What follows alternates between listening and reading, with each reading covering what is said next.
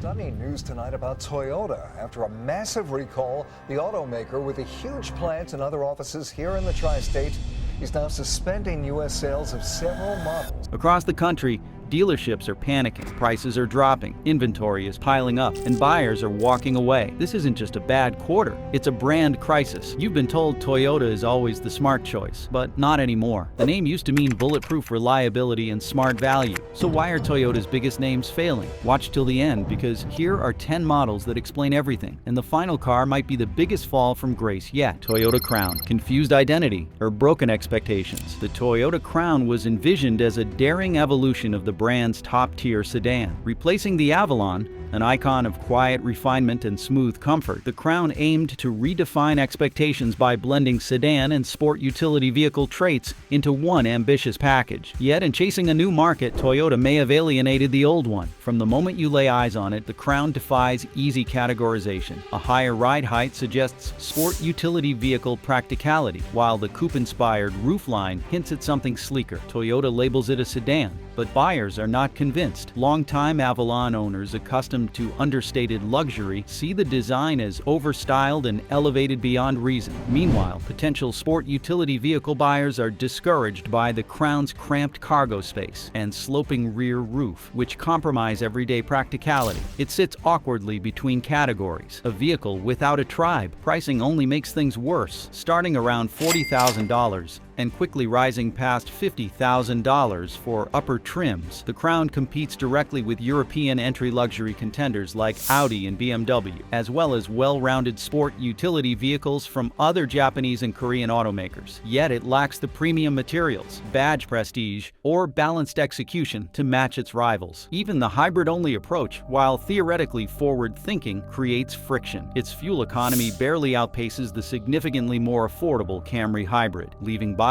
to question the Crown's purpose altogether. Stripped of Avalon loyalty and unsure of its audience, the Crown has stumbled into irrelevance. Toyota dealerships are now offering special lease incentives, cash rebates, and deep markdowns, yet foot traffic remains light. What began as a bold design statement has quietly morphed into a sales liability. And it's not just sedans under pressure, because what happens when Toyota revives a legendary sports car nameplate, but fills it with the heart of something entirely different? Let's talk about the GR Supra. This took weeks of comparing pricing data, depreciation curves, and buyer regret reports. You just got the shortcut to what most shoppers learn the hard way. Support the work, subscribe, or drop a quick like. Toyota GR Supra, the dream reborn or rebadged disappointment. The resurrection of the Supra was meant to be a cultural moment. For years, enthusiasts clamored for its return, yearning for the magic of Toyota's most iconic performance coupe. When the GR Supra finally hit the streets, it wore the right shape and made the right sounds. But under the skin, something felt off. While undeniably stylish and agile, the GR Supra hides a complex reality. It is not purely a Toyota. Developed in partnership with BMW, the Supra shares nearly everything with the BMW Z4, from the turbocharged inline-six engine to the cabin layout. While this partnership delivered robust performance and engineering efficiency, it also diluted the Supra's identity. Instead of a purebred Toyota sports car, drivers found themselves behind the wheel of a machine with German bones and Japanese branding. For purists, this compromise struck a nerve. The Supra lineage was defined by Japanese engineering precision, unmatched tunability, and deep motorsport ties. In contrast, the GR Supra feels clinical, precise, but emotionally distant. To some, it is less of a return and more of a reinvention that left core fans behind. Then comes the financial hit. Unlike the Supras of old, which maintained value and built cult status, the GR Supra is already showing signs of rapid depreciation. In its first year, some owners have witnessed resale losses that stretch into the thousands. As domestic muscle cars like the Dodge Challenger and Ford Mustang continue to dominate at lower prices with rawer appeal, the Supra finds itself squeezed from both sides. Dealers have responded with aggressive markdowns, limited time offers, and once unthinkable incentives just to keep units moving. In some regions, you can drive off with a brand new GR Supra for less than what a used one cost 12 months ago. That is not just a marketing problem, it is a credibility crisis. If the Supra left performance fans cold, Toyota's next move would freeze the optimism of eco-conscious buyers. Because the company's long-awaited electric vehicle debut was not just flawed, it was a full-blown fiasco. Toyota bZ4X, a high-voltage flop. Toyota's reputation has long been defined by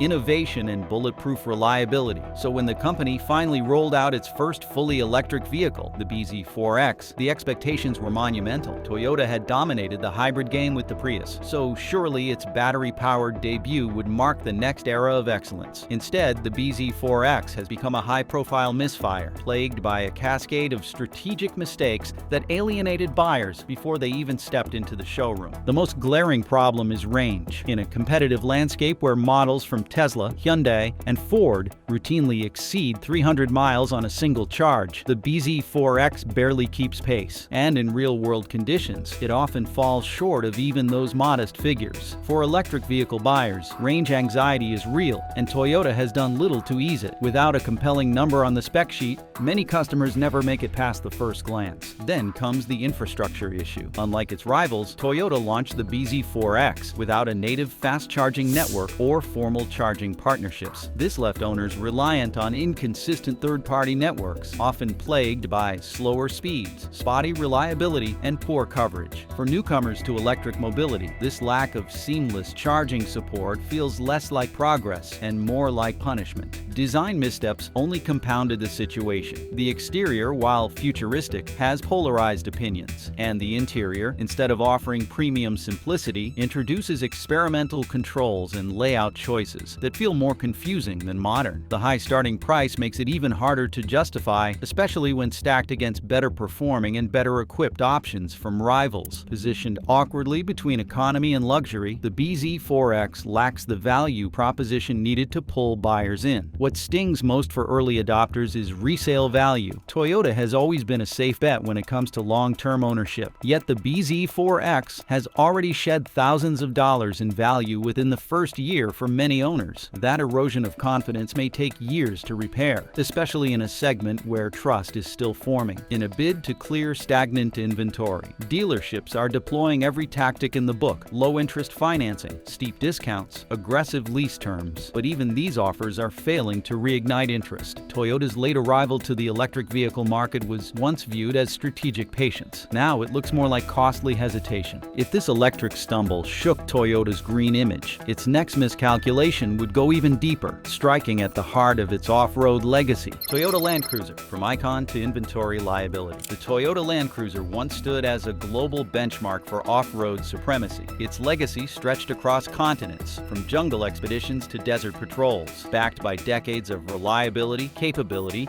and sheer mechanical grit. But in its most recent reboot, Toyota seems to have traded legacy for efficiency, and in doing so, risked alienating the very community that made the Land Cruiser a legend. The most contentious change? The iconic V8 engine is gone. In its place is a turbocharged four-cylinder hybrid setup. While on paper this new configuration offers better fuel economy and lower emissions, it has rattled longtime Land Cruiser loyalists. These buyers value durability over digits, especially those in remote regions where every extra layer of complexity is a liability. For them, fewer electronics and more raw torque meant fewer things to break when miles from civilization. Now, even minor concerns with hybrid systems become trip-ending problems. The shift has also sent the used Land Cruiser market into overdrive. V8-powered models are surging in value as buyers scramble to secure vehicles they believe still embody the Land Cruiser's original promise. By contrast, the new model's resale performance is already showing signs of weakness, reflecting a drop in buyer confidence. Then there's the price tag. Toyota hinted at a more accessible Land Cruiser to expand its appeal, yet base trims are launching above $60,000, pushing the model into luxury territory without delivering true luxury features or rugged superiority. That cost mismatch is glaring when compared to the Ford Bronco or Jeep Wrangler Rubicon, both of which offer greater configurability, proven trail performance, and more powertrain options. Toyota's decision to restrict configurations has only added fuel to the backlash. Buyers cannot choose simpler builds or opt for non-hybrid trims, which has further narrowed the Land Cruiser's appeal. In trying to modernize the brand, Toyota has instead made it less approachable predictable, less adaptable, and for many, less desirable. Enthusiasts who once considered the Land Cruiser a non-negotiable purchase are now looking elsewhere or holding tightly to their older models. The sense of betrayal runs deep, with online forums filled with posts urging fellow fans to look for alternatives or stick with the tried-and-true versions from past generations. Once a guaranteed showroom sellout, the Land Cruiser is now lingering on lots. Dealerships are resorting to bundled offers, special discounts, and limited-time financing just to move units. The Land Cruiser, once a badge of indestructibility, now faces the unthinkable,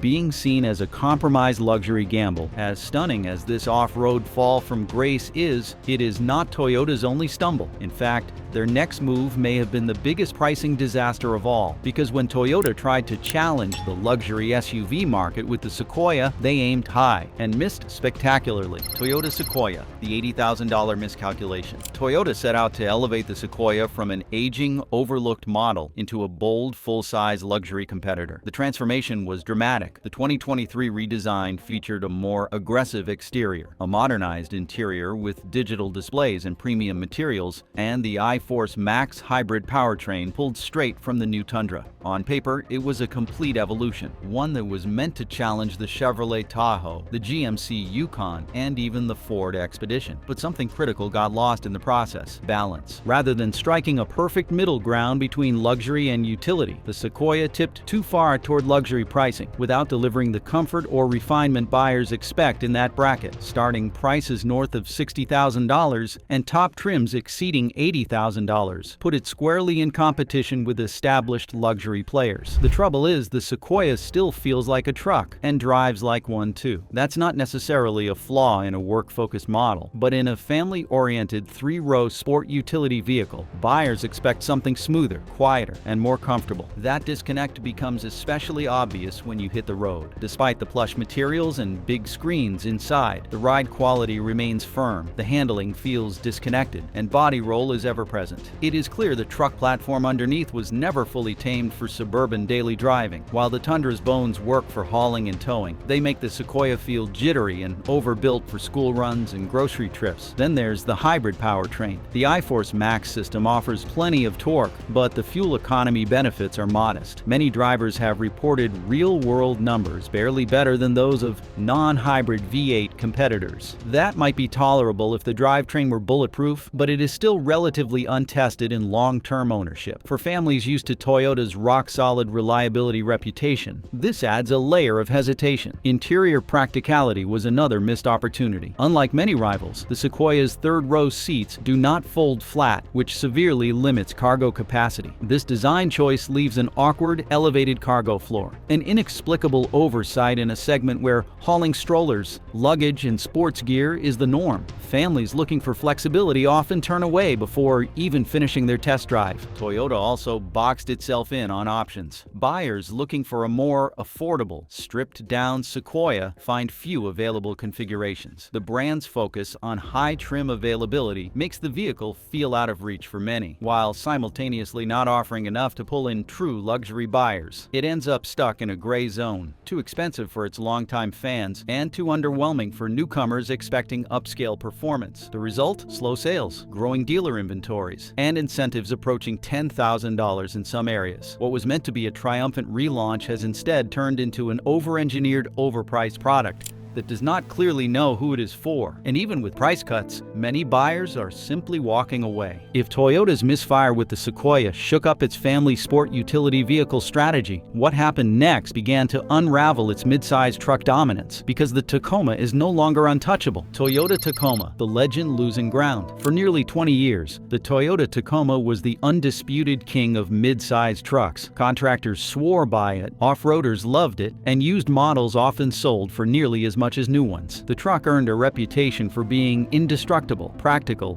and absurdly good at holding its value. But Toyota's latest Tacoma redesign, introduced in 2024, may have inadvertently chipped away at the very strengths that made the truck a legend. The new generation brings big changes: a revised ladder frame, turbocharged four-cylinder engines, upgraded suspension systems, and a long list of high-end features across multiple trims. The idea was to modernize without compromise. What buyers received, however, was a truck that feels expensive, bloated, and somewhat removed from its blue-collar roots. The price increase was immediate and dramatic. Once positioned as an affordable workhorse, the Tacoma now regularly exceeds $50,000 in well-equipped trims. Base models are nearly impossible to find on dealer lots. Instead, buyers are funneled into TRD Sport, TRD Off-Road, or limited versions that include panoramic sunroofs, leather seats, large infotainment screens, and advanced driver assistance features, amenities that appeal to tech lovers, but not necessarily to utility-minded buyers. This shift alienated a key part of Toyota's customer base. Landscapers, tradespeople, and everyday drivers who relied on the Tacoma's toughness now see a truck that feels overstyled and overpriced. The Tacoma's identity as a tool first, toy second, has been flipped, and not everyone is thrilled. Meanwhile, the competition is hungrier than ever. The Ford Ranger delivers more horsepower and a more refined ride. The Nissan Frontier offers improved cabin ergonomics and pricing that undercuts the Tacoma by thousands. The Jeep Gladiator offers open-air fun and serious off-road chops. Suddenly, the Tacoma's edge is no longer a given. It has to be earned again. Performance numbers have improved on paper, but the turbocharged four-cylinder has not won over longtime V6 loyalists. Some have raised concerns about long-term durability, especially in off-road scenarios where simpler engines have historically performed better under stress. The added complexity may deter buyers who value reliability above all else. Inventory levels, once kept tight by demand, are now swelling. Dealers who once could not keep Tacomas in stock are now sitting on units for weeks. That has forced Toyota stores to roll out discounts, low-interest financing, and loyalty bonuses. But even with those offers, buyer enthusiasm has cooled. The Tacoma name still carries weight, but no longer the kind that guarantees a sale. And if mid-size buyers are backing away, the consequences will be even more severe in the full-size segment. Because Toyota just replaced its V8 powerhouse with a hybrid system in the Tundra, and longtime truck fans are not taking it lightly. Toyota Tundra, where did the V8 go? The Tundra once stood apart in the full-size truck market. It may not have led in payload or towing, but it had one critical advantage: a reliable, naturally aspirated V8 engine that buyers trusted with their livelihoods. When Toyota redesigned the Tundra and eliminated that engine, it did more than just modernize the lineup. It severed a bond of trust. The twin-turbocharged V6 and hybrid iForce Max systems promised more torque and better efficiency. On paper, they delivered. In real-world driving, the results were mixed. Drivers have reported turbo lag, awkward gear changes, and unpredictable hybrid behavior under load. And in the truck world, dependability is king. Adding complexity without a proven track record has made loyal owners uneasy. That unease is spreading. Online forums and social media threads are filled with discussions about engine quirks, battery worries, and reliability unknowns. What was once a no-brainer pickup has now become a gamble for some buyers. The new Tundra may be stronger and faster, but it has yet to earn the confidence that its V8 predecessor enjoyed for over a decade. Compounding matters is the cost. A well-equipped Tundra now pushes into the $60,000 range. Interior materials feel more upscale than before, but still trail competitors like the Ram 1500 and Ford F-150 in layout, comfort, and finish. Buyers expecting a smoother ride find a harsh suspension. Those hoping for tech that rivals domestic brands face a learning curve and limitations. At the dealership level, supply is no longer an issue. Stock is healthy, and that is the problem. Toyota dealers are offering aggressive trade-in bonuses, zero-interest loans, and loyalty rewards just to keep units moving. The days of Tundras flying off the lot are over. The Tundra's re-engineering was bold, but boldness does not always equal success. The V8 was not just an engine, it was a promise. Without it, the Tundra is struggling to find its voice in a competitive and unforgiving market. As truck buyers hesitate, Toyota's attempt to win over hybrid-loving sport utility vehicle drivers has also stumbled, this time with a crossover that vanished as quickly as it appeared. Toyota Venza, the crossover. Nobody remembers.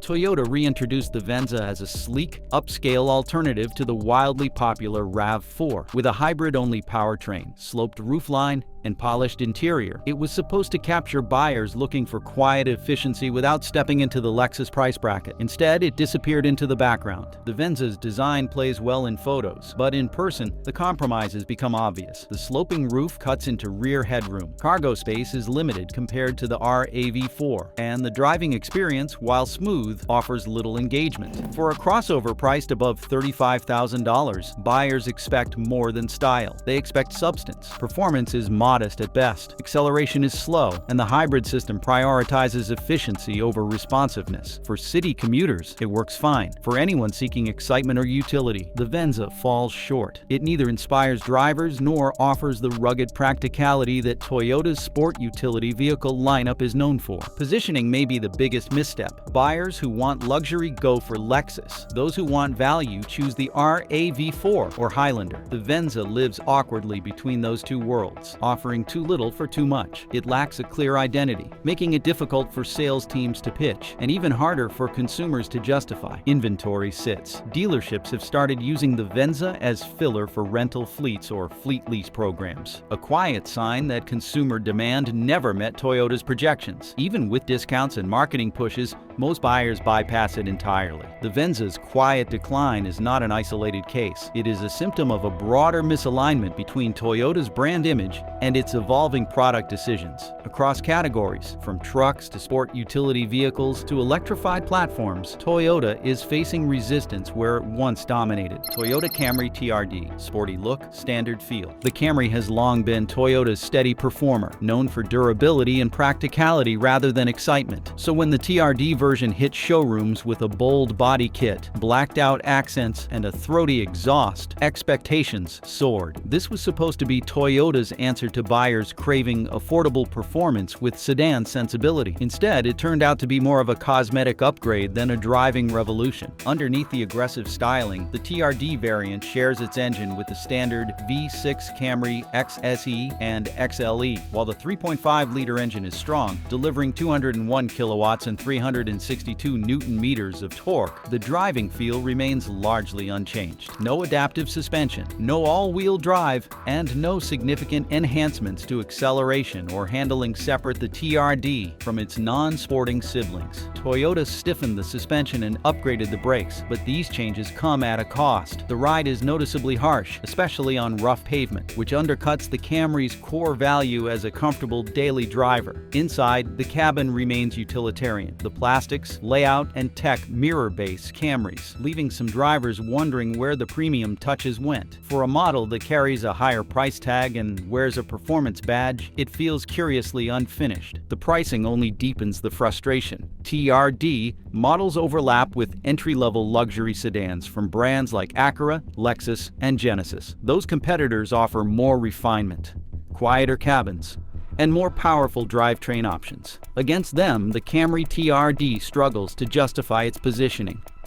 Sales data reflects that struggle. Initially hyped, the TRD quickly lost momentum. Dealers now offer cash incentives, 0% financing, and lease specials to keep units moving. The badge might say TRD, but for many buyers, it fails to deliver anything beyond aesthetic flair. From underwhelming sedans to overpriced hybrids, Toyota's crossover gamble didn't pan out either. Toyota RAV4 Prime, value lost in markups. When Toyota launched the RAV4 Prime, the numbers were nothing short of impressive. 0 to 100 kilometers per hour in under 6 seconds, up to 65 kilometers of electric-only range, and best-in-class combined power with all-wheel drive. It was positioned to be the perfect blend of performance, practicality, and eco-efficiency. But then the markups began. Due to limited supply and sky-high demand, early dealership markups sent prices soaring by thousands of dollars. What was intended as a $39,000 crossover quickly became a $45,000 to $50,000 gamble. Many buyers paid the premium, expecting resale stability and cutting-edge capability. They were wrong. Depreciation hit fast. Just 2 model years later, some RAV4 Prime listings are down by over $10,000, with used units sitting on lots longer than expected. The momentary hype inflated expectations beyond what the product could sustain. Toyota failed to ramp up production quickly enough, allowing competitors to step in with more available and affordable plug-in hybrids. The initial wave of buyers now feels burned. Some are vocal online about overpaying, warning others to stay away. That sentiment has cooled demand, and inventory levels are now rising across many regions. What began as a coveted model has transitioned into a volume car with too much baggage. Even Toyota's promotional messaging seems to have shifted.